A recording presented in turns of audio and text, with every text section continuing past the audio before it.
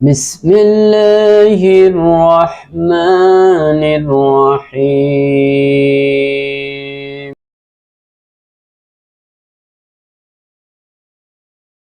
বিগত কয়েকদিনের ছাত্র আন্দোলন জনগণের সার্বিক সহযোগিতামূলক আন্দোলনে যে সকল ছাত্র জনতা শিশু নিহত হয়েছে, আমরা তাদের রূহের মাগফিরাত কামনা করছি। আল্লাহ তাদেরকে শাহাদাতের মর্যাদা দান করুন, বলুন আমিন। আল্লাহ সুবহানাহু ওয়া তাআলা দীর্ঘ এই অশান্তির পরিবেশ থেকে যে মুক্তি দেওয়ার একটা ব্যবস্থা করেছেন, এই ব্যবস্থা যেন কিয়ামত পর্যন্ত তার দিনের মাধ্যমে প্রতিষ্ঠিত থাকে, এই প্রার্থনা সেই মহামনিবের কাছে। আল্লাহ যেন আমাদের এই প্রার্থনা কবুল করেন, বলুন আমিন। সম্মানিত ভাইয়েরা, আজকে সময় এসেছে দিনের কথা বলার, দিনকে মানুষের কাছে পৌঁছিয়ে দেওয়ার, দিন প্রতিষ্ঠার মাধ্যমে সমাজের সকল প্রকার অশান্তি, জুলুম, শোষণ, নিপীড়ন, গুম, হত্যার যে রাজনীতি, এই সব কিছুর অপনোদন ঘটিয়ে, সমাপ্তি ঘটিয়ে একটি সুস্থ রাষ্ট্রীয় সমাজ ব্যবস্থা প্রতিষ্ঠা করার চেষ্টা করা। এই জন্য যে জিনিসের প্রয়োজন, সে জিনিসটি হলো দেশের আপামর জনগণ, জাতির কল্যাণকর সিদ্ধান্তকারী জনগণের ঐক্যবদ্ধ প্রচেষ্টা, যে প্রচেষ্টার কথা আল্লাহ সুবহানাহু ওয়া তাআলা কোরআনে পাকে সূরা আল ইমরানের 103 নম্বর আয়াতে এভাবে বলেছেন, ওয়াতাসিমু বিহাবলিল্লাহি জামিআ ওয়া লা তাফাররাকু। তোমরা ঐক্যবদ্ধভাবে আল কোরআনের রজ্জুকে, আল কোরআনের বিধানকে, আল কোরআনের আহকামকে আঁকড়ে ধরো এবং এ ব্যাপারে পরস্পরে মত পার্থক্য করো না। ঐক্যের মধ্যেই রয়েছে শান্তি, ঐক্যের মধ্যেই রয়েছে মুক্তি। দীর্ঘ 17 বছর যার শাসনে পিষ্ট হয়েও মুখ খুলে কথা বলার অধিকার পাচ্ছিল না, সার্বিক ঐক্যের মাধ্যমে, ছাত্র জনতার ঐক্যের মাধ্যমে আল্লাহ সুবহানাহু ওয়া তাআলা সেই শক্তির অপনোদন ঘটিয়ে লাঞ্ছিতভাবে দেশ থেকে বিতাড়িত করার মধ্যে দিয়ে দেশকে ৭১-এর পর আবার নূতন করে স্বাধীনতার স্বাদ গ্রহণের সুযোগ দিয়েছেন। এজন্য শুকরিয়া তান, বলুন আলহামদুলিল্লাহ। সম্মানিত ভাইয়েরা, আজকের আমার খুতবার মূল বিষয় হলো শান্তির উপায় আসলে কি, কিসে শান্তি ফিরে আসবে, সেই শান্তির দিকে আমাদের যেতে হবে। আমি কালামে পাকে সূরা আল হাজের ৪১ নম্বর আয়াত দ্বারা আজকের খুতবার শুরু করেছিলাম। সেই আয়াত থেকে আলোচনা শুরু করব ইনশাআল্লাহ। আল্লাহ সুবহানাহু ওয়া তাআলা এই আয়াতে কয়েকটি কথা বলেছেন, সেটা হলো সমাজে শান্তি প্রতিষ্ঠা, সমাজে মানুষের জানমালের নিরাপত্তা, ইজ্জতের নিরাপত্তা, শান্তির গ্যারান্টির জন্য যে জিনিসটি দরকার সেটা হলো আল্লাহর দ্বীন আল্লাহর জমিনে প্রতিষ্ঠা করা। আল্লাহ সুবহানাহু ওয়া তাআলা বলছেন, আল্লাযীনা মাক্কান্নাহুম ফিল আরদে,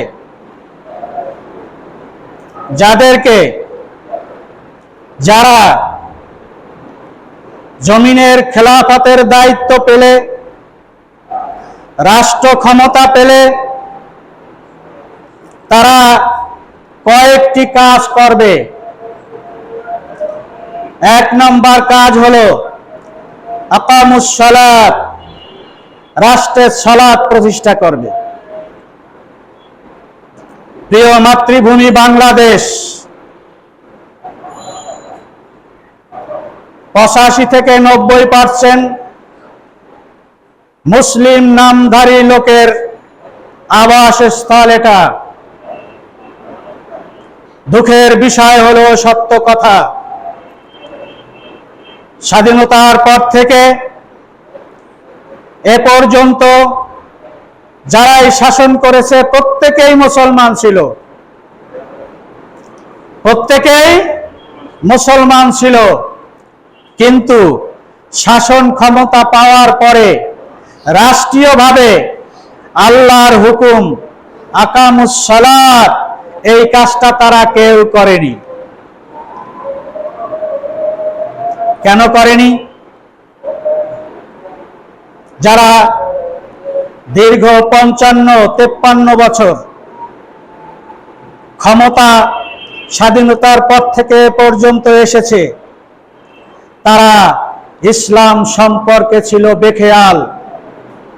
ইসলামের প্রতি তাদের আকর্ষণ ছিল না, তারা ছিল ইসলামের প্রতি অমনোযোগী। নিজেদের মুসলমান পরিচয় দিলেও ইসলামের অনুশাসন তাদের বাস্তব জীবনে বর্তমান ছিল না, যার কারণে তারা রাষ্ট্রীয়ভাবে, সামাজিকভাবে, নৈতিকভাবে, রাজনৈতিকভাবে দ্বীনকে প্রতিপালন করা, প্রতিষ্ঠা করার যে প্রয়োজনীয় আছে, শান্তির জন্য ইসলাম প্রতিষ্ঠার, দ্বীন প্রতিষ্ঠার ও প্রচারের প্রয়োজন আছে, এই কথাটা তারা উপলব্ধি করতে পারেনি। যার কারণে শাসন ক্ষমতায় থাকার পরও, নিজেদের মুসলিম পরিচয় দেওয়ার পরেও আকামুস সালাত, এই নামাজ প্রতিষ্ঠার প্রয়োজনীয়তা তারা মনে করে না। বিধায় 55টি বছর রাষ্ট্রীয়ভাবে দেশে নামাজ প্রতিষ্ঠিত হয়নি। শুধু তাই নয়, বিগত 17 বছর যারা রাষ্ট্র পরিচালনা করেছে, তাদের তৈরি সংবিধান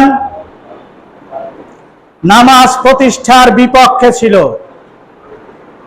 নামাজ প্রতিষ্ঠার বিপক্ষে ছিল। আজকে সময় এসেছে স্বৈর শাসনের অপসারণের মধ্যে দিয়ে আজকে বাংলাদেশে দেশ পরিচালনার জন্য যাদেরকে দায়িত্ব দেওয়া হয়েছে, তাদের কাছে এই মেসেজ, এই বাংলাদেশে যদি সত্যিকার অর্থেই শান্তি প্রতিষ্ঠা করতে চান, ইসলামের কোনো বিকল্প নেই, ইসলামের কোনো বিকল্প নেই।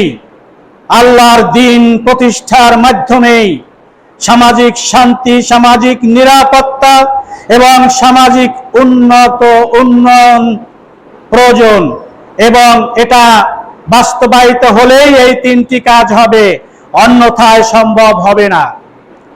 আজকে শুনলাম গরুর গোশত নাকি 600 টাকা বিক্রি হচ্ছে।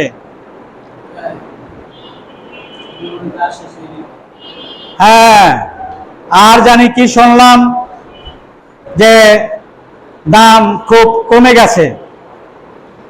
তখন আমি বুঝতে পারলাম এর মূল কারণ হলো পুলিশের চাঁদাবাজি অপশাসনের রেজাল্ট,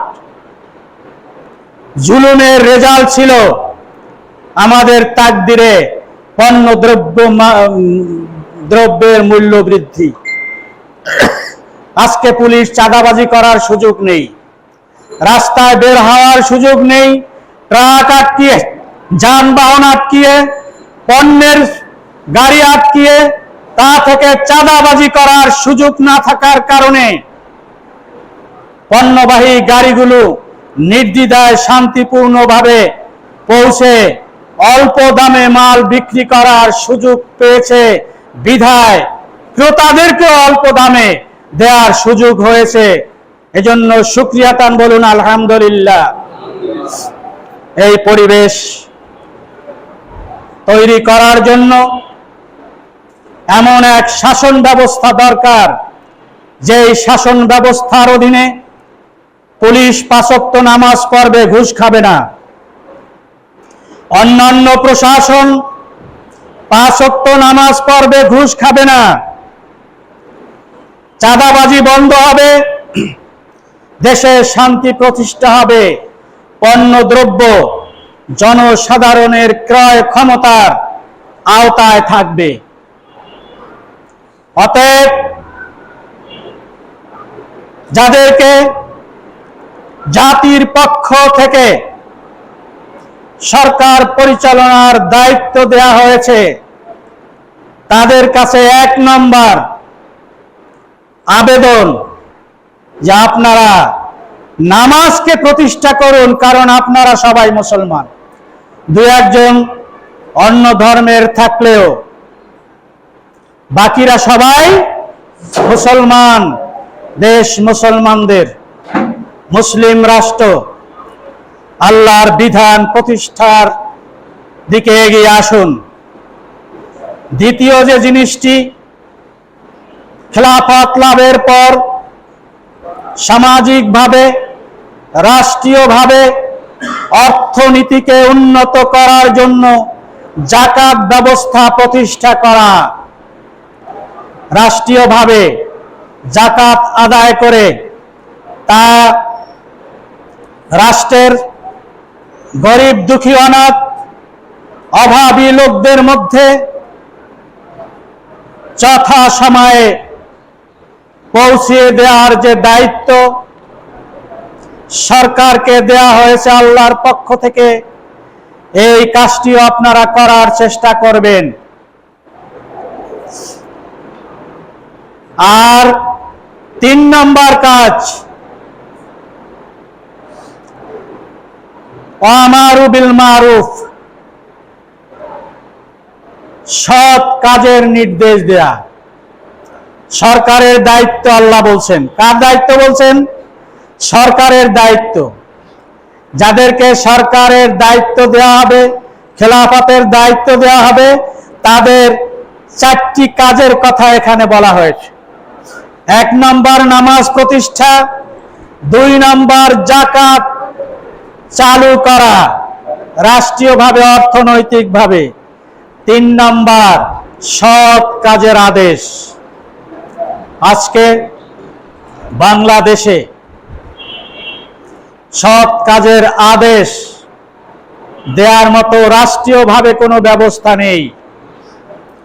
আমরা সৎ লোক তালাশ করি, পাবেন কোথায়? এই যে 17 জন না কতজন, 15 জন, 16 জন যাদেরকে রাষ্ট্রীয় ক্ষমতা দেয়া হলো জাতির পক্ষ থেকে, তাদের মধ্যে আল্লাহর কাছে প্রার্থনা করি যে সততা থাক। কতটুকু আছে সেটা আল্লাহই ভালো জানেন। কি আমরা কি নিশ্চিত যে তাদের মধ্যে 100% সততা আছে? এটা না থাকার কারণ তাদের দোষ নয়, তারা রাষ্ট্রীয়ভাবে শিক্ষার মাধ্যমে সততার প্রশিক্ষণ পায়নি, যা পেয়েছে তা অসততা। সেই অসততার কারণে সৎ হওয়ার সুযোগ পায়নি। আল্লাহ সুবহানাহু ওয়া তাআলা তাদের মধ্যে সততা ঢেলে দেখ, এটাই আমরা আল্লাহর কাছে প্রার্থনা করি, যে এই সততা অবলম্বনের মাধ্যমে সৎ কাজ দেশে চালু করতে পারে, সৎ লোকদেরকে প্রশাসনিকভাবে প্রতিষ্ঠিত করতে পারে। আজকে সময় এসেছে জাতি ঐক্যবদ্ধভাবে সিদ্ধান্ত নেয়ার, যে দেশে সৎ প্রতিষ্ঠা করা এবং সত্য প্রতিষ্ঠার মাধ্যমে দেশ ও জাতিকে সকল প্রকার জুলুম, নির্যাতন, নিষ্পেষণ, শোষণ এবং গুম হত্যার হাত থেকে মুক্তি দেয়া। এজন্য সৎ কাজ চালু করা প্রয়োজন। 4 নম্বর যে কাজটি, সেটা হলো যারা ক্ষমতা লাভ করবে তাদের 4 নম্বর কাজ আল্লাহ বলছেন অনাহাউনা আনিল মুনকার, অসৎ কাজ প্রতিরোধ করা। বিগত স্বাধীনতার পর থেকে অসৎ কাজ বাধাপ্রাপ্ত হয় নাই, অসৎ কাজ চলেছে, পিছন থেকে অসৎ কাজে আগুন দিয়ে দাউ দাউ করে আরো তা বৃদ্ধি করা হয়েছে, তা নিভানোর চেষ্টা করা হয়নি। যার কারণে 300 টাকার গরুর গোশত 800 850 টাকায় খেয়েছি আমরা, খাননি? এর মূল কারণ হলো অসৎ কাজ সরকারের টপ লেভেল থেকে শুরু করে গ্রাস লেভেল পর্যন্ত, রুট থেকে রুট পর্যন্ত, গ্রামের একেবারে চকিদার পর্যন্ত যাদেরকে সামাজিকভাবে, রাষ্ট্রীয়ভাবে প্রতিষ্ঠিত করা হয়েছিল, তাদের মধ্যে সততা ছিল না। সৎ লোক শতকরা 1 জন ছিল কিনা তাদের মধ্যে, তা খুঁজে পাওয়া কঠিন। তাই সৎ কাজ প্রতিষ্ঠা না হয়ে অসৎ অন্যায় কাজ প্রতিষ্ঠিত হয়েছে। আল্লাহ সুবহানাহু ওয়া তাআলা যাদেরকে ক্ষমতা দান করেন তাদের 4 নম্বর কাজ হলো অসৎ কাজ বন্ধ করে সৎ কাজ চালু করা, অনাহাউনা আনিল মুনকার। রাষ্ট্রীয়ভাবে অসৎ কাজ বন্ধ করা। দেখেন, পুলিশ নেই, প্রশাসন অচল, ছাত্ররা রাষ্ট্র চালাচ্ছে, অর্থাৎ রাস্তাঘাট নিয়ন্ত্রণ করছে ছাত্র জনতা। যে দেশে আল্লাহর দ্বীন প্রতিষ্ঠিত থাকবে না, সে দেশে অশান্তি আসবে। কারণ মানুষের তৈরি আইন শান্তি প্রতিষ্ঠা করতে পারে না। শান্তি প্রতিষ্ঠা করতে পারে শান্তির স্রষ্টা মহান আল্লাহ সুবহানাহু ওয়া তাআলার পক্ষ থেকে। মানব কল্যাণে, দুনিয়ার মানুষের শান্তির জন্য যে মহান আদর্শ আল ইসলামকে, আল কোরআনকে আল্লাহ দিয়েছেন, তা প্রতিষ্ঠার মাধ্যমেই শান্তি প্রতিষ্ঠা হতে পারে। দেশের নিরাপত্তার দায়িত্বে যাদেরকে দেয়া হয়েছিল তারা সৎলোক ছিল না বিদায় অতানহাউনা আনিল মুনকারের কাজ হয়নি। চাঁদাবাজি হয়েছে, গাড়িতে গাড়িতে চাঁদাবাজি হয়েছে, রিকশায় চাঁদাবাজি করা হয়েছে, ভ্যান গাড়িতে চাঁদাবাজি করা হয়েছে। এমনি ভাবে অসত্যকে মজবুত ভাবে গেড়ে বসানো হয়েছিল রাষ্ট্রীয়ভাবে, যার কারণে মানুষ দিশেহারা হয়ে অশান্তির জীবন যাপন করছিল। আল্লাহ সুবহানাহু ওয়া তাআলা তার হাত থেকে রক্ষা করার জন্যই অপশাসনকে হটিয়ে দিয়ে একটি শান্তির শাসন, শান্তির সমাজ ব্যবস্থার দিকে ইঙ্গিত দিচ্ছেন আল্লাহ সুবহানাহু ওয়া তাআলা।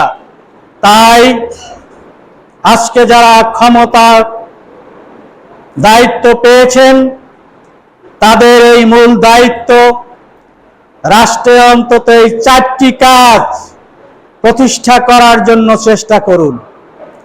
যদি শান্তি প্রতিষ্ঠা করতে চান, আর যদি তা না করেন তাহলে সমাজে শান্তি প্রতিষ্ঠা হবে না, আবার অন্য এক জালেম এসে ক্ষমতায় বসবে।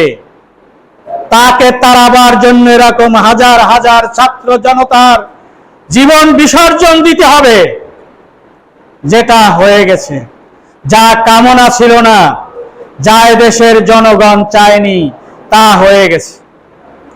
একজন মানুষের ব্যক্তির চিন্তা চেতনাকে রাষ্ট্রীয়ভাবে বাস্তবায়ন করার জন্য দেশের সকল প্রশাসন এক হয়ে কাজ করছে। তিনি যা নির্দেশ দিয়েছিলেন তাই পালন করে হাজার হাজার জনতার বুকে গুলিবিদ্ধ করা হয়েছে।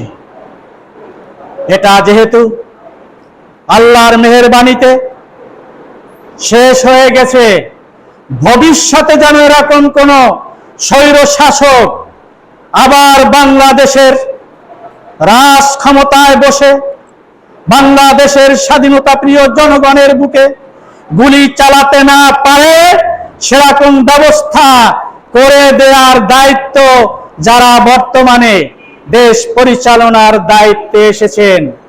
অতএব দেশে অনাহাওনা আনিল মুনকারের এই কাজটি প্রতিষ্ঠা করবেন, যেন অন্যায়, জুলুম, নির্যাতন, নিপীড়ন, শোষণ, খুন খারাপি বাংলাদেশের জমিনে আর দ্বিতীয়বার না হয়। এই আবেদন, কোরআনের এই আয়াত মনে রাখবেন, আল্লাহর দরবারে আমাদের সকলকে দিতে হবে। আল্লাহ বলেছেন, ওয়ালিল্লাহি আকিবাতুল উমুর, প্রত্যেককেই আল্লাহর কাছে ফিরে যেতে হবে। সেখানে আপনার আমার দায়িত্ব সম্পর্কে জবাবদিহি করতে হবে। সেইখানে জিজ্ঞাসা করা হবে যে বাংলাদেশের জনগণ, নির্যাতিত জনগণ, শোষিত জনগণ, জুলুমে পিষ্ট হয়ে জনগণ তোমাদেরকে শান্তি প্রতিষ্ঠার জন্য দায়িত্ব দিয়েছিল, বুক ভরা রক্ত ঢেলে দিয়ে তোমরা রাষ্ট্রীয়ভাবে সেই শান্তি প্রতিষ্ঠার দায়িত্ব পালন করেছিলে কি না? এটা আল্লাহর হাসরের মাঠে জবাবদিহি করানো, আল্লাহর জিজ্ঞাসা করা কি কঠিন ব্যাপার? কঠিন ব্যাপার নয়। অতএব আখিরাতের ভয় সামনে রেখে, যেহেতু আপনারা নিজেদেরকে মুসলমান বলে পরিচয় দেন, সেহেতু দেশে শান্তি প্রতিষ্ঠার জন্য পরকালের জবাবদিহিকে সামনে রেখে শান্তি প্রতিষ্ঠার জন্য চেষ্টা করুন এবং সুষ্ঠুভাবে একটি নির্বাচনের মাধ্যমে গণতান্ত্রিক প্রক্রিয়ায় গণশাসন প্রতিষ্ঠার জন্য একটা রাজনৈতিক সরকার প্রতিষ্ঠা করে দেওয়ার দায়িত্ব আপনাদের হাতে। অতএব কোন রকম চালবাজি না করে সুষ্ঠুভাবে জাতীয় স্বার্থে, জাতির কল্যাণে, দেশ ও জাতির নিরাপত্তার জন্য, দেশে শান্তি প্রতিষ্ঠার জন্য সুষ্ঠু একটি নির্বাচন আমরা আপনাদের কাছে আশা করি। করতে পারি না? যে তাই আপনাদের কাছে আপিল যে আপনারা একটি সুষ্ঠু নির্বাচনের মধ্যে দিয়ে এই জাতিকে কল্যাণকর একটি রাষ্ট্রীয় ব্যবস্থার অধীনে বসবাস করার সুযোগ দিন, যেখানে ব্যক্তির বাক স্বাধীনতা থাকবে, যেখানে ব্যক্তির জীবনের নিরাপত্তা থাকবে, যেখানে অর্থনৈতিক নিরাপত্তা থাকবে, যেখানে ইজ্জতের নিরাপত্তা থাকবে, যেখানে মানুষ শান্তিতে ঘুমাতে পারবে, এরকম একটা পরিবেশ রাষ্ট্রীয়ভাবে তৈরি হয়, সেই ব্যবস্থা প্রতিষ্ঠার দায়িত্ব আপনাদের। সম্মানিত ভাইয়েরা, আল্লাহ সুবহানাহু ওয়া তাআলা এই ব্যাপারে সূরা আল নিসার 58 নম্বর আয়াতে আল্লাহ সুবহানাহু ওয়া তাআলা আমানতদারির আমানত যথাযথভাবে তাদের কাছে পৌঁছিয়ে দেওয়ার ব্যাপারে ঘোষণা দিয়েছেন। ইন্নাল্লাহা ইয়ামুরুকুম আন তুআদ্দুল আমানাতি ইলা আহলিহা ওয়া ইযা হাকামতুম বাইনান নাসি আন তাহকুমু বিল আদলি ইন্নাল্লাহা নি'ম্মা ইয়াইযুকুম বিহি ইন্নাল্লাহা কানা সামিআম বাসীরা। সূরা নিসার 58 নম্বর আয়াত। আল্লাহ এখানে বলেছেন, নিশ্চয় আল্লাহ সুবহানাহু ওয়া তাআলা ইয়ামুরুকুম, তোমাদেরকে নির্দেশ দিচ্ছে। কাদেরকে? যারা শাসন ক্ষমতায় আছেন তাদেরকে নির্দেশ দিচ্ছেন কি? আনতুআদ্দুল আমানাতা ইলা আহলিহা, প্রত্যেকটি মানুষের কাছে তাদের আমানত যথাযথভাবে ফিরিয়ে দেয়া হোক। এর অর্থ হলো তাকে বাক স্বাধীনতা ফিরিয়ে দেয়া হোক, রাষ্ট্রীয়ভাবে স্বাধীনভাবে জীবনযাপন করার অধিকার তাকে ফিরিয়ে দেয়া হোক। এমন শাসক তৈরি করা হোক যারা রাষ্ট্রীয়ভাবে দিন প্রতিষ্ঠা করে রাষ্ট্রে শান্তি প্রতিষ্ঠার একটা পরিবেশ তৈরি করে দিনকে সার্বিকভাবে সমাজের সমগ্র স্তরে ছড়িয়ে দেবে। এরকম এই দায়িত্ব পালন করার জন্য আল্লাহ সুবহানাহু ওয়া তাআলা নির্দেশ দিয়েছেন। অর্থাৎ দায়িত্বপূর্ণ শাসক তৈরি করা, এটাও আপনাদের এই দায়িত্ব, আল্লাহর নির্দেশ। এমন একদল শাসক যারা আল্লাহর দ্বীনের কথা বলবে, তা'মুরুনা বিল মারুফের দায়িত্ব পালন করবে, ওয়া তানহাউনা আনিল মুনকারের দায়িত্ব পালন করবে।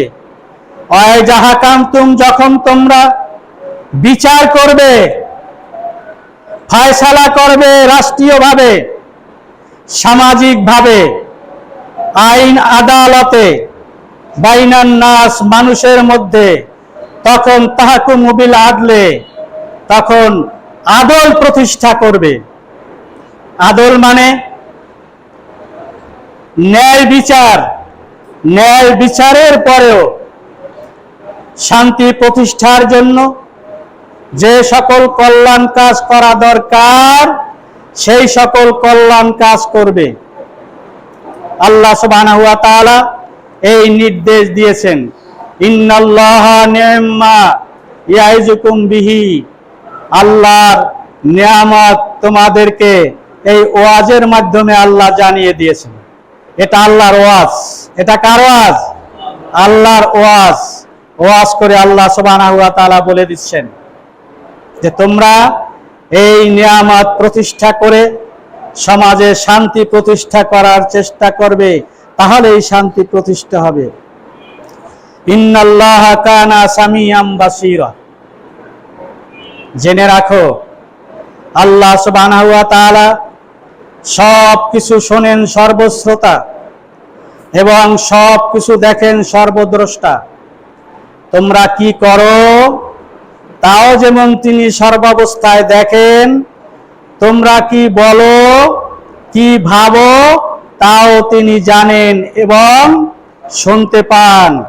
অতএব আল্লাহকে ফাঁকি দিয়ে আল্লাহর নির্দেশ অমান্য করে দুনিয়ায় শান্তি প্রতিষ্ঠা করার কোনো সুযোগ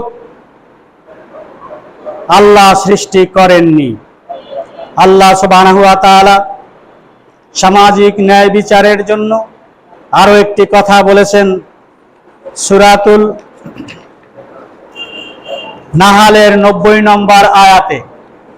কথাটা এভাবে বলেছেন, যেটা আমরা খুতবায় আয়াতটা বলি, কিন্তু কি বলি তা আমরা জানি না। ইন্নাল্লাহা ইয়ামুরু বিল আদলি ওয়াল ইহসান, আল্লাহ সুবহানাহু ওয়া তাআলা নির্দেশ দিয়েছেন আদল প্রতিষ্ঠা করার জন্য, ইহসান প্রতিষ্ঠা করার জন্য। আদল এবং ইহসান এই কথাটা সহজে বোঝার জন্য একটা উদাহরণ, সেটা হলো, সামনাগায় বসেন। আপনি কাউকে কাজ করার দায়িত্ব দিয়েছেন, তাকে কাজ শেষে 500 টাকা দিবেন।